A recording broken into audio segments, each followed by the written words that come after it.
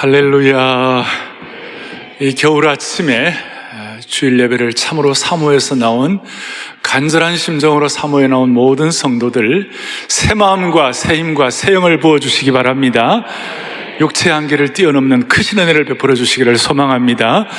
오늘 저는 영원한 언약의 신비, 사무엘서 우리 다윗 시리즈 가운데는 오늘 중요한 아주 클라이맥스 중에 한 분인데 이 내용을 가지고 우리 온 성도들과 함께 하나님의 심정을 깨닫고 그야말로 우리가 언약의 자손이 되는 축복이 얼마나 소중한지를 확인하는 시간 되기를 바랍니다.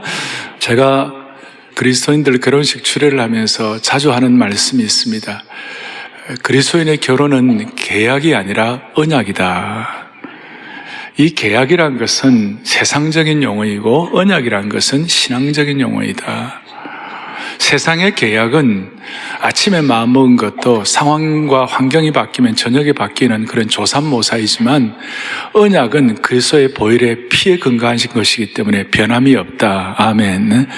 그 세상의 언약은, 세상의 계약은 이게 영어로 컨트랙인데 이 컨트랙은 종이에 공증을 하는 것이에요. 그런데 그 종이가 늘 영원한 것이 아니죠. 종이가 다 희미하고 나중에 다 낡아질 때가 있잖아요. 히브리서 8장 13절에 보면 첫 것은 뭐예요? 낡아지게 하는 것이니 낡아지고 삭히는 것은 없어져 가는 것이니라. 옛날 것은 다 낡아지고 없어져 가는 건데 새 언약은 그렇지 않다는 것이에요. 그런데 우리가 갖는 이 언약은 예수 그리스도의 피에 근거한 것이에요. 그래서 세상은 세상 사람들이 공정하지만 하나님의 언약은 성령의 인치심으로 말미암아 예수님의 피로 공정이 된 것이에요. 할렐루야. 예수님의 피로 공정이 된 것이에요. 피로 사인된 것이에요. 따라서 하나님의 언약은 세상의 정치나 사회나 문화나 환경에 따라서 변하는 것이 아니고 또 시간이 지난다고 효력이 떨어지는 것도 아니고 우리의 감정과 형편에 따라서 변화되는 것도 아닌 거예요. 사람이 바뀐다고 변화되는 것도 아니에요. 심지어 이 땅의 죽음도 하나님의 언약을 바꿀 수가 없는 것이에요. 이런 차원에서 우리 하나님은 언약에 사인하신 분이기 때문에 우리 하나님은 변함이 없으시고 영원히 살아계시기 때문에 이 하나님이 주시는 언약은 변함이 없다. 할렐루야. 그래서 이런 의미에서 신앙인의 언약은 영원한 언약이다. 이터널 카비넌트다. 영원한 언약이다. 그래서 이런 영원한 언약의 영원성 때문에 우리는 어떠한 경우에도 하나님을 신뢰하는 그리스도인들은 안정감과 담대함을 놓치지 않는다. 다시요. 하나님의 영원한 언약 때문에 우리는 안정감과 담대함을 놓치지 않는 것이다. 특별히 성경은 언약으로 꽉 차 있어요. 성경은 하나님의 언약으로 꽉 차 있어요. 언약과 언약의 역사로 차 있어요. 언약은 성경을 관통하는 핵심적인 주제 중에 하나예요. 대표적인 언약이 뭐예요? 아담과의 창조적인 언약이 있고 또 노아와의 은혜의 언약이 있고 그 다음에 아브라함과의 축복의 근원 언약이 있고 모세의 율법의 언약이 있고 그리고 오늘 다윗의 언약은 영원한 언약이다. 영원한 언약이 신약시대에 가서 예수 그리스도의 보혈의 피를 통하여 새 언약을 이루신 것이에요. 예수님의 피를 통하여 내 피로 세운 새 언약이다. 고린도전서에서 말씀하고 있죠. 예수님의 피를 통하여 성령으로 인치심을 받은 영원한 새 언약으로 맺은 공동체가 우리가 된 줄로 믿습니다. 한번 읽어보겠습니다. 우리는 예수님의 피를 통하여 성령으로 인치심을 받은 영원한 새 언약으로 맺어진 공동체입니다. 아멘. 그렇다면 오늘 이 언약이 우리 신약시대를 살아가는 우리들에게 주는 참 의미가 무엇일까? 그것은 바로 언약의 핵심 구조는 약속과 성취예요. 첫 번째 뭐라고요? 약속. 이 변하지 않는 약속과 그리고 그 약속은 어떤 환경이나 어떤 시공간을 다 초월해가지고 반드시 성취가 된다. 이런 은혜가 있으면 우리의 마음속에 남들은 모르는 이 영원한 언약과 언약에 대한 성취를 가슴에 품고 사는 사람들이 되는 것이. 그리고 이 영원한 언약을 가슴에 품고 살게 되면 무슨 일이 벌어지는가? 세상에 주는 슬픔이나 고통에 대해서, 또 삶의 위협이나 허무에 대해서 그 가운데서도 영원한 하나님의 언약을 품고 살고, 그 영원한 언약적 시각에서 세상에서 반응하고 언약적 시각을 가지고 세상을 보기 때문에 세상을 좀 더 크게 보고 좀 더 세상을 품게 되고 좀 더 글로벌한 마음을 가지고 더 큰 그림을 가지고 너무 이 세상에서 일어나는 일에 대해서 일희일비하지 않는다. 뭐 한때 기뻐하고 한때 슬퍼 이런 게 아니고 그냥 쭉 간다. 요즘 조울증이란 말이 있잖아요. 요즘 우울증과 조증이 많이 왔다 갔다 하는데, 영원한 언약을 마음에 진심으로 새긴 사람은 이 조증과 우울증에 의해서 왔다 갔다 하지 않는다. 아멘. 이것이 확실하다. 그냥 쭉 나가는 거예요. 그냥 쭉 한결같은 일관성을 유지할 수가 있는 거예요. 어떤 사람은 아파트에 한번 가면 그냥 15년 쭉 사는 거예요. 어떤 사람은 이발소에 한번 가면 그냥 15년 계속 그 집에 계속 가는 거예요. 누구라고 말하지는 않겠어요. 여러분, 부족한 사람도 그런데 영원한 언약의 사람, 언약을 주신 하나님은 그냥 일관성 있게 쭉 가는 거예요. 하나님 백성도 그냥 쭉 가는 거예요. 그래서 이 영원한 언약, 오늘 사무엘하 7장이 다윗의 이 고백이 영원한 언약의 아주 핵심 부분인데, 다윗은 이걸 깨닫고 이걸 받고 난 다음에, 제가 이제 좀 이따가 자세하게 내용을 말씀을 드릴 텐데, 이걸 받고 난 다음에 이 영원한 언약을 성취한 자가 갖는 어떤 탁월한 반응이 있어요. 그 탁월한 반응이 뭐냐면 시편 131편 다윗의 고백인데, 시편 131편 2절이에요. 다 같이 우리 보겠습니다. 실로 내가 내 영혼으로 고요하고 평안하게 하기를 젖된 아이가 그의 어머니의 품에 있음 같게 하였나니 내 영혼이 젖된 아이와 같도다. 이 언약의, 영원한 언약의 성취가 자기 마음속에 확정이 되니까 얼마나 평안하고 담대하고 한결같고 그냥 쭉 가는 거예요. 어떻게 하느냐? 내 영혼으로 고요하고 평안하게 하기를 젖된 아이가 그의 어머니 품에 있음과 같도다. 여러분, 젖된 아이라는 게 뭐예요? 젖을 먹는 아이는 젖을 더 먹으려고 벌컥벌컥 먹으려고 어머니 젖에 대해서 막 이렇게 갈증이 일어나고 그 다음에 어머니 젖을 이렇게 탐하고 그렇게 하지만, 젖된 아이는 실컷 먹고 나니까 그 포만감과 그 만족감은 말로 다 알 수가 없는 것이, 그 포만감과 만족감이 말로 다 알 수 없기 때문에 마음이 평안한 것이.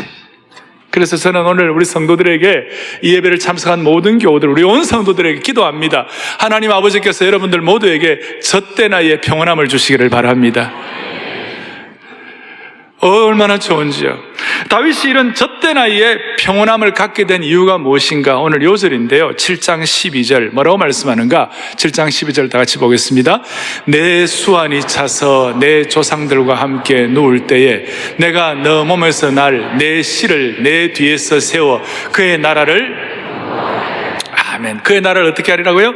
경고하리라. 한결같게 해주겠다. 너뿐만 아니라 너 다음 세대까지도 한결같게 해주겠다. 이게 다윗의 마음에, 이게 탁, 우리 이렇게 신앙적인 또 성경 공부적인 용어로 말하면 레마로 탁 와다. 내게로 부닥쳐서 내게 채워되는 말씀으로 탁 와다. 너희 나라를, 너희 집을, 너희 가정을, 너희 인생을 견고하게 하리라. 16절, 내 집과 내 나라가 내 앞에서 영원히 보존되고 너 왕위가 영원히 견고하게 하리라 하셨다. 아멘. 이거에 대한 자세한 내용은 제가 좀 더 기도 제목으로서 말씀을 드리겠습니다만은, 하여튼 다윗이 이 언약의 말씀을 듣고 난 다음에는 평생 젖된 아이의 평온함을 누리신 줄로 믿습니다. 어떤 경우에도 담대함이 사라지지 않는 거예요. 제가 이 말씀을 준비하면서 찬양을 하는데요, 위대하신 주, 찬양의 위대하신 주, 모든 이름 위에 뛰어난 이름 다 찬양의 위대하신 주, 그 위대하신 주님이 우리에게 영원한 언약의 주체이신 것, 그분은 변함도 없으시고 영원히 살아계신 그 하나님께서 확증하신 것이기 때문에 이것이 우리의 마음속에 품어진 사람들에게는 모든 이름 위에 뛰어난 주님을 찬양할 때 그때 기도 제목과 삶의 모든 짐들이 벗겨지는 것이에요. 모든 이름 위에, 모든 이름 위에 뛰어난 이름 다 찬양해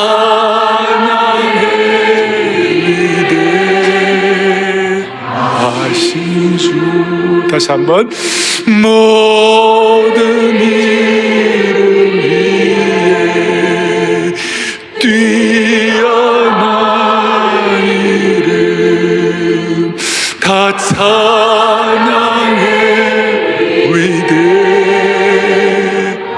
위대하신 주. 무엇 때문에 주님의 이름이 다 뛰어나실까? 무엇 때문에 주님의 이름은 모든 이름에 뛰어나실까? 여러 가지가 있지만 주님은 우리에게 영원한 언약을 주시는 주체이시다. 성령으로 사인하셨다. 예수님의 피로 보증하셨다. 자, 이걸 위하여 오늘 정리를 하겠습니다. 첫째는 영원한 언약을 위한 마음밭이 필요한 것이에요. 뭐가 필요하다고요? 마음밭이. 우리 마음밭이 기경이 되어야 되는 것이. 오늘 사무엘하 7장 1절은 이렇게 시작이 됩니다. 여호와께서 주의 모든 원수를 무찌르사 왕으로 궁에 평안히 살게 하신 때에. 다윗의 입장에서 다윗이 지금까지 살아왔던 모든 삶의 여정 가운데 지금이 가장 평안하고 안정된 시기를 구가하고 있다. 그 이유는 모든 원수도 다 무찌르게 하시고 평안하게 궁에 거하는 시간이, 모든 원수와 외부의 공격으로부터 자유한 시간이 된 것이, 다윗은 이제 백향목국에 거하는 시간이 되었어요. 더더구나 제가 읽다가 이게 참 대단하다. 3절에 나단이 왕께 아뢰되 여호와께서 왕과 함께 계시니 그랬어요. 하나님께서 인정한 거예요. 하나님과 함께 있는 거예요. 하나님과의 친밀함이 있는 거예요. 그 누구도 따라갈 수 없을 만큼 깊은 영적인 깊이도 있고 환경과 주위도 평안한 거예요. 주위의 환경이 어떻게 평탄하게 됐습니까? 지난 오랜 시간 동안에 정치 망명을 다니면서 갖가지 수모와 고통을 당하고 광야의 아둘람 굴과 엔게디에서 고난을 당하기를 고생하는 그 모든 시기를 지나고, 또 피가 마를 날이 없을 정도로 전쟁 같은 절박한 시간이 다 지나고, 늘 복잡하고 아우성치는 분위기 속에서 항상 긴장된 생활을 했는데 그 시간도 다 지나고 드디어 하나님이 주시는 평안을 갖게 된 것이, 드디어 몸과 마음이 부담감이 없는 쉴 시간이 된 것이. 그리고 다윗의 개인적으로도 그래. 다윗은 지금 인생의 전성기에 있었어요. 단단하고 건강한 신체, 예리한 지성, 경배와 순종으로 뜨거워진 영혼, 무엇보다도 시련을 통해 성숙해진 다윗, 그리고 백성들의 신뢰와 칭송을 한 몸에 받고 있는 다윗이었어요. 이때 다윗의 마음 상태가 어떠했을까? 이것이 중요한 거예요. 아주 흥미롭고 소중한 관점이에요. 우리 입장에서 이렇게 말할 수 있습니다. 사람들이 다윗처럼 세상적으로 성공하고 나름 행복한 그 시간에 인생을 즐길 수 있는 형편이 되었을 때 그런 사람들이 가장 많이 생각하는 것이 무엇일까? 이것이 신앙의 인격을 가늠하는 중요한 바로미터가 된다는 것이. 누구나 인생은 어떤 사람들 가운데, 많은 사람들 가운데 인생이 어려울 때 거친 광야를 통과해야 하고 인생의 폭풍을 지날 때는 삶이 단순한 법이에요. 왜냐하면 그 폭풍을 이겨내야 되고 거친 광야를 통과해야 되기 때문에 어떻게 살아남을까? 어떻게 하면 이게 지켜낼까? 가정을 억하면서 고생하면서 가정을 일으키는 가장들이 그 어려울 때는 어떻게 하면 처자를 굶기지 않고 이렇게 내 가정을 억할까? 이게 거기에 집중하니까 그럴 때는 단순한 거예요. 그럴 때는 크게 시험 들 데가 없어요. 그렇지만 여유가 생기고 즐길 수 있는 여건이 되면 많은 사람들의 생각이 달라진다는 것이에요. 그리고 인간은 누구나 다 인지상정이 뭐냐? 잘 되고 잘 나가면 자기를 과시하고 자기를 나타내고 싶고 자기를 이렇게 드러내고 싶은 것이 인간의 마음이에요. 대부분 그래요. 두 종류의 인생이죠. 잘 될 때 하나님 드러내는 인생과 잘 될 때 자기 과시하는 인생, 둘 중에 하나예요. 근데 사람이 잘 될 때 자기를 과시한다면 세상적으로도 그렇게 그것은 성숙한 사람은 아니죠. 예를 들어서 대종상, 주연상 받는 예배우가 할리우드의 제일 중요한 상이 뭐예요? 할리우드의 상이죠. 오스카상 여주인공상을 받아 나와가지고 여주인공상을 받는 사람이 나와가지고 소감 말하고 그러니까 여러분 제가 얼마나 예쁜지 잘 아시죠?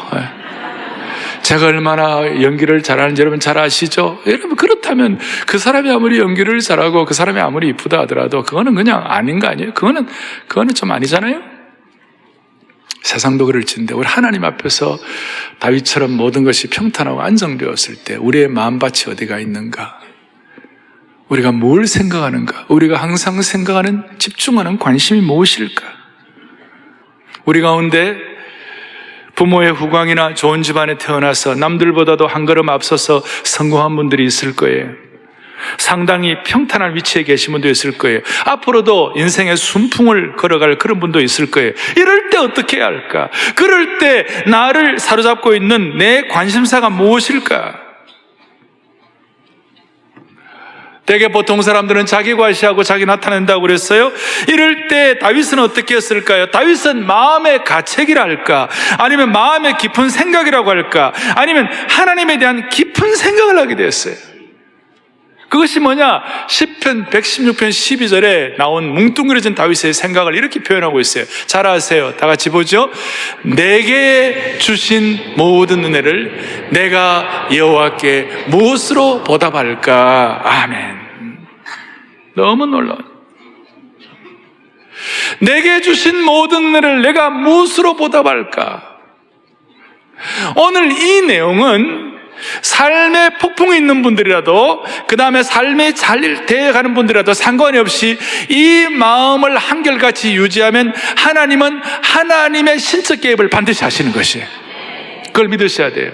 제가 이 말씀 드리면 목사님 나는 내 가정적으로 내가 너무 힘들고 지금 우리 가정 아픈 아이들도 자녀들도 있고 힘든 사람들도 있고 다 있는데 목사님 내가 이런 말을 하기가 쉽지가 않습니다. 내게 주신 은혜를 무엇으로 보답할 거라고 하기가 쉽지가 않습니다. 그렇다면 여러분 어떻게 해결하시겠어요? 지금 삶의 폭풍과 어려움과 지극히 곤란한 이 상황을 여러분 어떻게 해결하시겠어요? 해결하면 딱 하나예요. 오늘 다윗이 그의 삶에 어려울 때나 그의 삶에 평탄할 때나 상관이 없이 다윗이 견지한 한결같은 마음밭이 뭐냐면 내게 주신 모든 은혜를 내가 여호와께 무엇으로 보답할까? 그리고 이것이 다윗에게는 어떻게 나타났냐면 하나님의 일이 잘 되고 있는가? 하나님의 일이 잘 되고 있는가? 자기는 백향목궁에 가는데 하나님의 교회는 성전 휘장에 있다다. 그래서 다윗의 마음속에 한결같은 것, 내게 주신 은혜를 내가 무엇으로 보답할까를 집중하다 보니까요 독창적인 아이디어가 떠오른 거예요. 지난 한 500여 년 동안 아무도 생각하지 못했던 하나님의 교회는 그냥 성막 안에 있어야 된다라고 생각하는 그것을 끝냈는데 다윗이 내게 주신 하나님의 은혜를 내가 무엇으로 보답할까? 자기가 잘 되고 있을 때 그의 마음밭이 한결같이 이렇게 되니까 무슨 일이 벌어졌는가? 그의 마음속에 독창적인 아이디어, 창조적인 아이디어가 떠오르는데 그것이 뭐냐면 내가 하나님의 성전을 지어야지. 오늘 이런 은혜를 저와 여러분에게 주시기를 바라는 것이에요. 여러분 우리 가운데 직장인들 가운데 압박이 심하고 무슨 오늘의 업무와 과제를 제대로 또 멋있게 해놓지 않으면 인사고과에 문제가 되고 막 힘들어가지고 앞뒤로 다 치여가지고 대한민국의 제일 불쌍한 분들이 중에 한 분이 대기업의 부장이라고 그러잖아요. 위에서도 밀리고 밑에서도 치이고 이래가지고 어떻게 살아요? 여러분 그 순간 하나님을 먼저 생각해 보세요. 그 순간 내 관심이 하나님께 가 있어가지고, 내 마음이 하나님께 가 있어가지고, 하나님을 집중하면서 하나님께 마음을 얹어놓으면 하나님 앞에서 독창적인 아이디어를 얻을 수가 있는 것이. 다윗처럼 하나님의 전을 지을 마음을 하나님이 주시는 것이. 그리고 이 하나님의 전을 짓는 것에 관해서 여러분 이제 잘 아시지만 하나님이 허락했어요, 안 했어요? 허락 안 했어요. 나중에 이제 오늘 이 사무엘하 7장에 있는 내용이 역대상 17장에도 그대로 반복이 되어 나와 있어요. 나와 있고 역대상 17장 4절에 나단 선지자가 다윗의 절친이었거든요. 절친이니까 다윗이 내가 하나님의 전을 짓겠다 그러니까 다윗이 나단 선지자가 너무 좋아가지고 잘 됐네 그대로 해보자 이렇게 했는데 나중에 하나님이 나단을 꾸중했어요. 너는 내가 허락도 하는데 네가 허락하냐 이렇게. 그렇지만 하나님께서 역대상 17장에 내가 다윗에게는 허락하지 아니한다. 내 종 다윗에게 말할 때 허락하지 않아. 그 이유를 나중에 역대상 22장에서 설명을 하고 있는데 다윗이 전쟁중에 피를 너무 많이 흘려서 성전 건축을 허락하지 않는다 이런 얘기를 했지만 이제 이 중요한 거예요. 웬만하면 그런 말을 들으면 삐지는 거예요. 삐지고 나는 이렇게 내 마음도 몰라주고 하나님 내 마음도 몰라주고 이럴 수가 있습니까? 이럴 수가 있습니까? 삐질 수가 있는데 다윗은 마음밭이 한결같았어요. 내게 주시는 애를 내가 무엇으로 안 된다 그래도 내가 주시는 애를 무엇으로 보답할까? 그렇게 하니까 다윗이 어떻게 했어요? 다 성전 건축할 준비를 다 했어요. 솔로몬은 나중에 조립한 거예요. 다 했어요. 그리고 그 삐지지 않고 한결같은 이런 마음밭을 갖고 있으니까 하나님이 놀라운 말씀을 하셨어요. 제가 좋아하는 말씀 역대하 6장 7절 8절을 보겠어요. 역대하 6장 7절 8절을 보겠습니다. 내 아버지 다윗이 이스라엘 하나님 여호와의 이름을 위하여 성전을 건축할 마음이 있어. 8절 같이 읽겠습니다.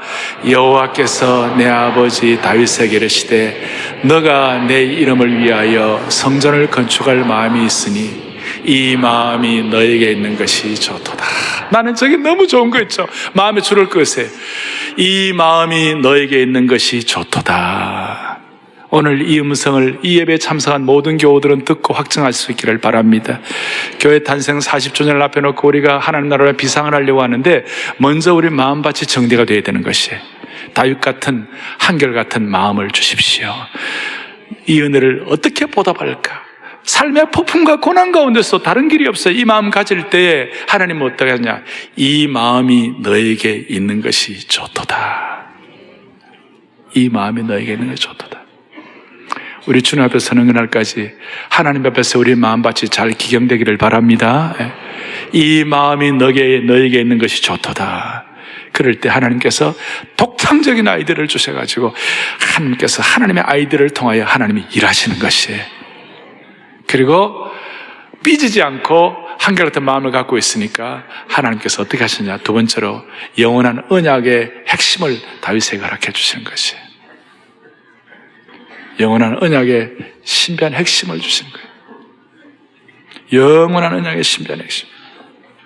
다윗의 소원은 당장 소원은 응답하지 않으셨지만 영원한 소원을 들어주셨어요. 그래서 다윗의 영원한 언약의 핵심 7가지를 제가 짧게 말씀을 드릴 테니까 오늘 이 은혜를 여러분들이 다 기도 제목으로 삼기를 바랍니다. 딱 잡고. 첫째, 9절. 뭐라고 말씀해요? 너의 이름을 어떻게 만들어준다? 존귀하게 만들어준다. 너의 이름을 존귀하게 만들어준다. 다윗의 이름을 높이 받들어 올리겠다.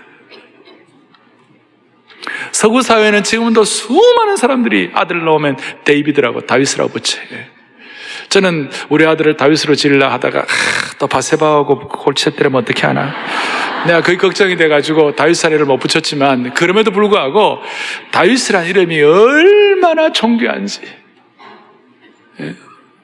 데이비드 킴, 데이비드, 이렇게 좋은 이름들이 너무 많아요.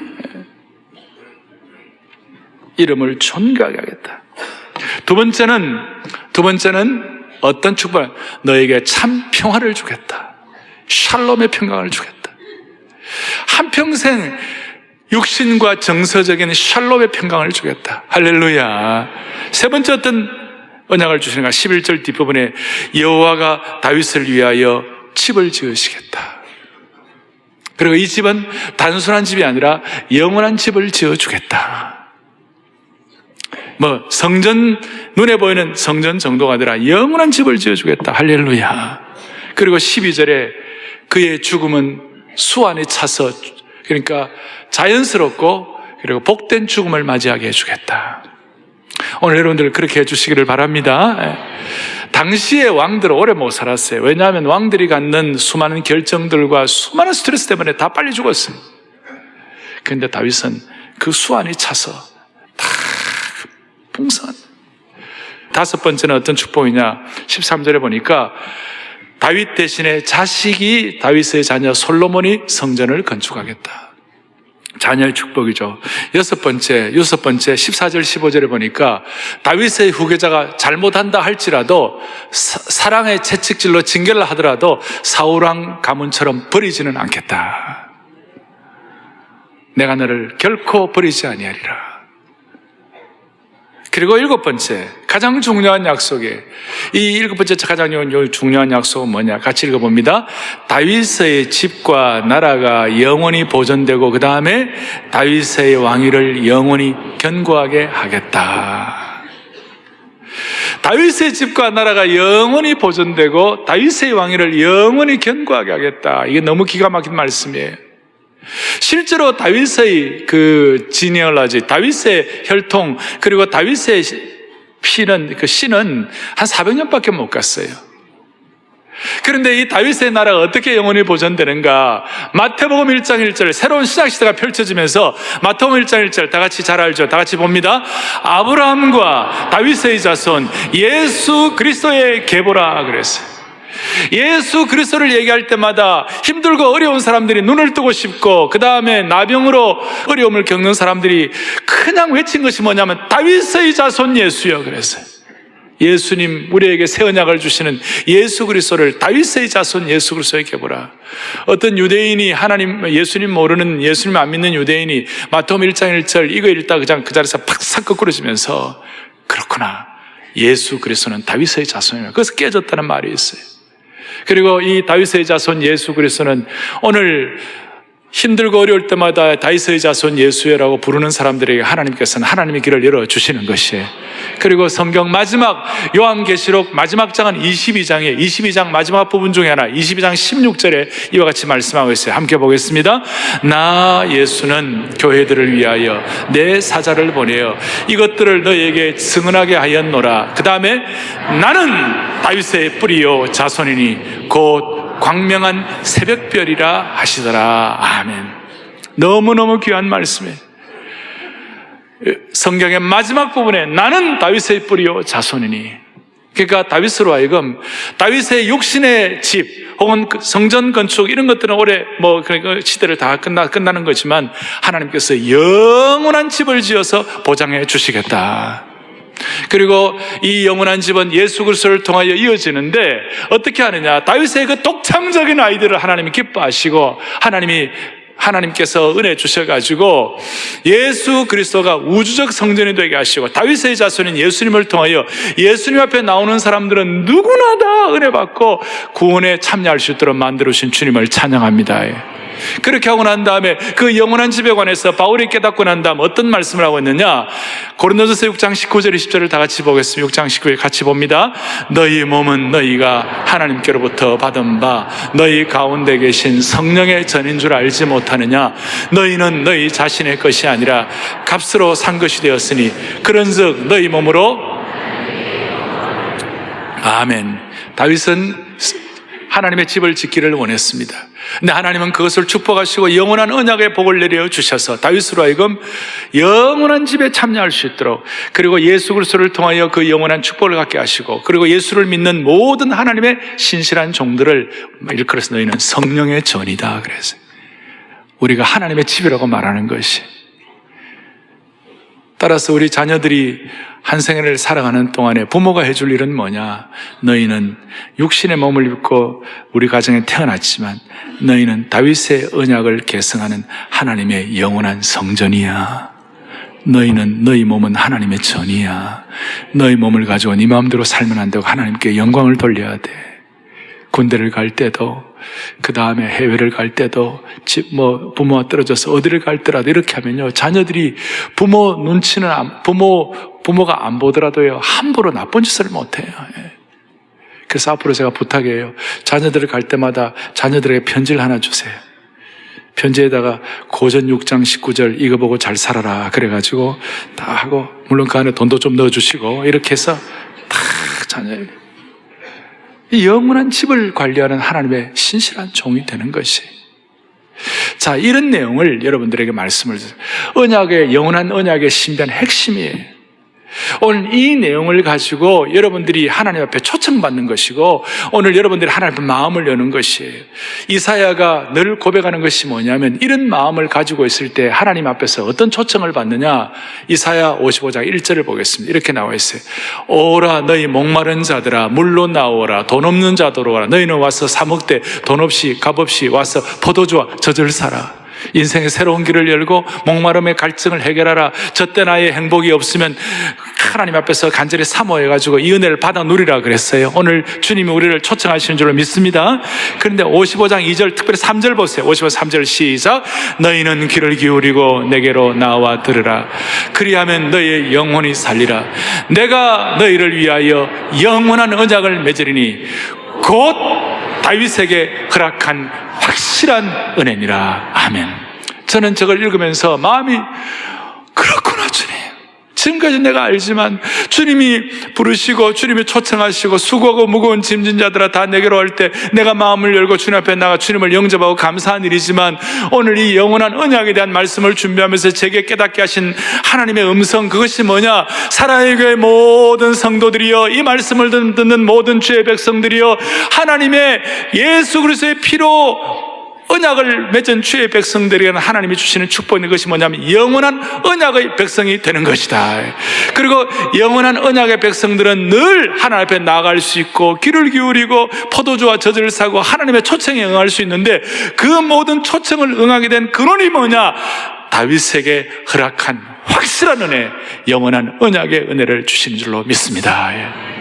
오늘 마음에 모든 생각과 짐들과 공동체와 이민족의 모든 기도의 제목들 가운데 하나님의 영원한 언약을, 다윗의 언약으로 확증된 하나님의 백성들을 통하여 깨닫고 내 것으로 삼아지는 축복이 있기를 바랍니다.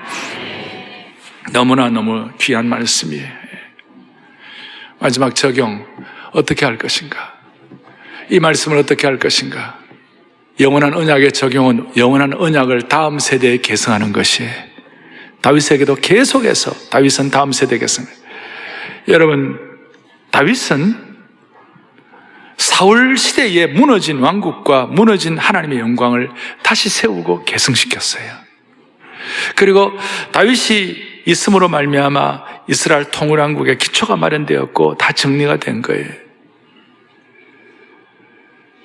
다음 세대의 계승을 통하여, 다윗을 통하여 일어난 일들이에요. 여러분, 우리만 혼자 신앙생활 잘하고 영원한 언약이 있고 끝나는 인생이 아니에요. 우리는 그게 아니에요. 아까 이사야 55장 말씀드렸는데, 이사야 바로 뒤에 59장 21절에는 이런 놀라운 말씀이 있어요. 다 같이 보겠습니다. 여호와께서 이르시되 내가 그들과 세운 나의 언약이 이러하니 곧 너 위에 있는 나의 영과 너의 입에 둔 나의 말이 이제부터 영원하도록 내 입에서와 내 후손의 입에서와 내 후손의 후손의 입에서 떠나지 아니하리라 하시니라. 여호와의 말씀이니라. 아멘. 하나님의 언약, 다윗에게 허락한 확실한 언약, 그것이 뭐냐? 내 위에 있는 나의 영, 성령이죠. 내 입에 둔 나의 말씀이죠. 성령과 하나님의 말씀, 성령을 통한 하나님의 말씀의 핵심은 뭐예요? 다윗의 입장에서는 영원한 언약의 백성이 된 것이에요. 이것을 다윗일 뿐만 아니라 다음 세대에 이어가는 것처럼 하나님께서 사랑의 교회 모든 성도들, 이 말씀을 듣는 주의 권속들, 하나님의 가족, 영가족들, 모든 백성들 한 세대뿐만 아니라 그 다음 세대, 그 다음 후손의 세대까지도 하나님의 영과 하나님의 말씀, 성령과 성경이 말씀하시는 핵심 영원한 언약이 이어지기를 원하는 것입니다. 이럴 때 우리는 조금 더 큰 그림을 그리고 전체를 보는 시각을 가지고 하나님의 백성으로서 당당하게 살아갈 수가 있을 것입니다. 어떤 집사님 그런 얘기 하더라고요. 목사님, 나는 생업이 너무 바쁘고 또 우리 아이들 키우느라고 전도도 많이 못했습니다. 그러나 제가 한 가지는 확실히 하려고 합니다. 내 자녀들에게 이 하나님의 약속의 말씀은 확실하게 전하겠습니다. 참 귀한 고백이라고 생각합니다. 오늘 우리의 마음속에 정리를 하겠습니다. 오늘 이 말씀을 받고 다윗이 7장 18절을 보겠습니다. 다윗 왕이 여호와 앞에 들어가 앉아서 이르되, 말씀을 받고 너무 귀해서 다 앉아가지고, 주 여호와여 나는 누구오며 내 집은 무엇이기에 나를 이만큼 은혜를 주십니까? 나를 여기까지 이르게 하십니까? 아버지여 내가 누구이기에, 도대체 내가 누구이기에 이런 은혜를 베풀어 주십니까? 오늘까지 우리를 꺾지 아니하시고 우리의 환경과 우리의 믿음을 오늘까지 지키게 하셔서 이 자리까지 이르게 하시고 다윗의 영원한 언약의 말씀을 듣게 하시고 이 말씀을 우리의 기도 제목으로 삼아 다윗이 가졌던 7가지 축복을 다음 세대에도 그대로 계승하겠다는 그런 마음을 주신 주님을 찬양합니다. 오늘 이사야 55장 3절 여러분 다시 한번 누구든지 주님 앞에 나와서 마음을 열고, 사실 오늘 제가 초청하고 싶어요. 이런 마음에 내가 오늘까지 살아온 것 자체가 나는 너무 힘들었다, 혹은 너무 감사하다, 어떤 경우에도 상관없이 다시 초청하고 싶어요. 이사야 55장 3절을 다시 한번 더 보겠어요. 시작. 너희는 귀를 기울이고 내게로 나와서 들으라. 그리하면 너희 영혼이 살리라. 내가 너희를 위하여 영원한 언약을 메우리니 곧 다윗에게 허락한 확실한 은혜니라. 아멘. 2월 24일, 3월 3일 두 주일에 걸쳐서 사라의 교회는 40주년 비상을 위하여 우리 교회는 참 잔치를 할 거예요. 토요일 비전 새벽 예배 두 주일에 걸 잔치를 할 텐데, 잔치의 키와 핵심이 뭐냐? 언약의 계승인 줄 믿으셔야 되는 것이, 언약의 잔치를 할 수 있기를 바랍니다. 이 언약을 통하여 다윗에게 허락한 확실한 은혜의 주인공들이 되시기를 바랍니다. 할렐루야. 그런 마음으로 두 손 다 펼치시고 우리 위대하신 주 다시 한번 더 하십시다. 위대하신 주 다시 한번 더 하십시다. 마음을 다하여 같이 이 언약의 하나님, 언약을 주신 하나님, 어떤 경우에도 우리가 흔들림이 없이 한결같이 집중할 수 있는 이 언약의 말씀 앞에서 우리가 반응하여 다윗에게 허락한 확실한 은혜의 주인공들 되시기를 소망합니다.